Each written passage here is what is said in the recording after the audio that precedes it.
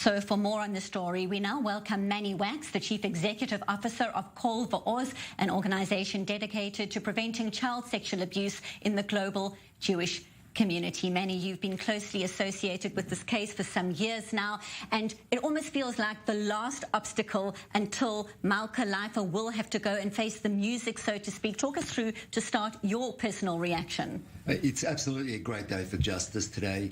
We've been waiting for this, in particular the three alleged victims, the courageous sisters, Dussie, Nicole and Ellie, have been working doggedly to try to ensure that justice is achieved for them, and also to show many other survivors that you can actually hold someone to account. And it's been an amazing process, 70 court hearings to date, and finally today the Supreme Court of Israel has ruled, as you noted, that Malka Leifer is fit to stand trial. Essentially that means that Malka Leifer can continue with this extradition process.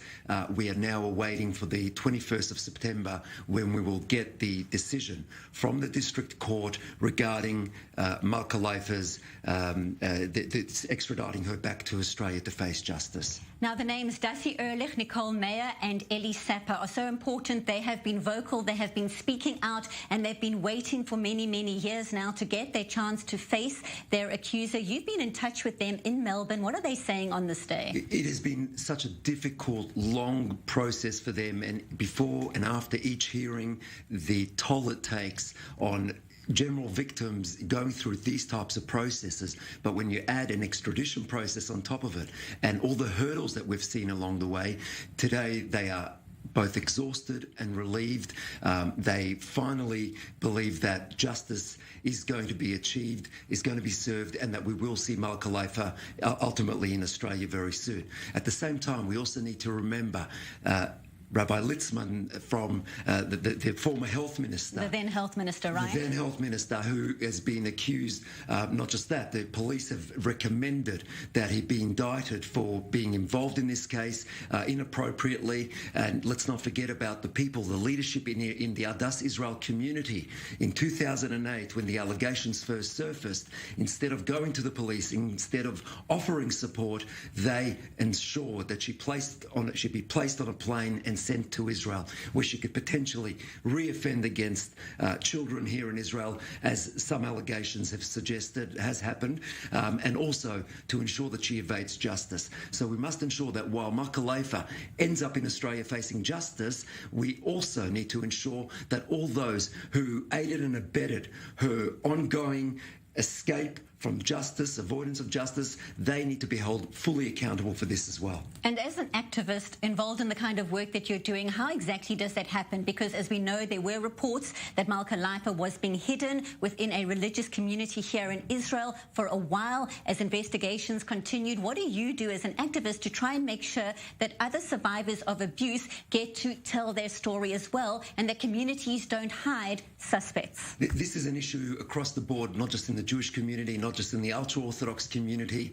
The vast majority of those who were abused as children never share their stories with anyone, and let alone publicly, in any public way, and certainly also very few end up going through a court process. So what we need to ensure is, as a society, is that we become much more understanding, much more educated about these issues, the sensitivities. We need to ensure that we empower parents, we empower institutions to protect the children, and the more we speak about it openly, the less of a taboo it will be, the less stigmas will be attached, more people will be willing to speak about it. And at the same time, we need to ensure that victims are supported and that they have what they need. And what these brave, courageous sisters have gone through for so many years, and hurdle after hurdle, we need to understand that we need to do something about it as soon as possible. And this is, again, not just an Israel issue, not just a Jewish issue, it's across the board, but we need to do our part.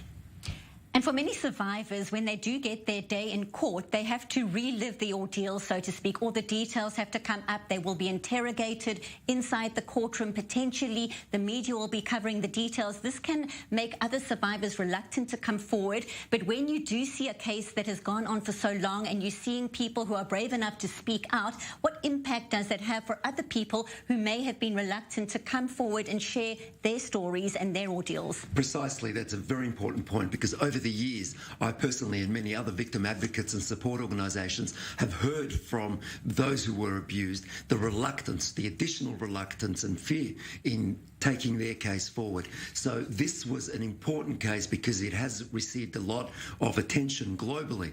So we needed to ensure that the right outcome is achieved. So sure, people saw the protracted process, the challenges along the way, but they also saw 3 courageous sisters, 3 individuals who went through horrific abuse, as they've alleged themselves, and to come out of this and win and ultimately ensure their abuser faces justice has been an incredible fight. So I think it has been very inspiring to many, and we're going to see hopefully others do what they need for themselves and for their sense of justice in moving forward. And we certainly will be watching all the developments in that case. Manny Waks, the Chief Executive Officer of Call for Oars, thank you so much as always for being here in studio.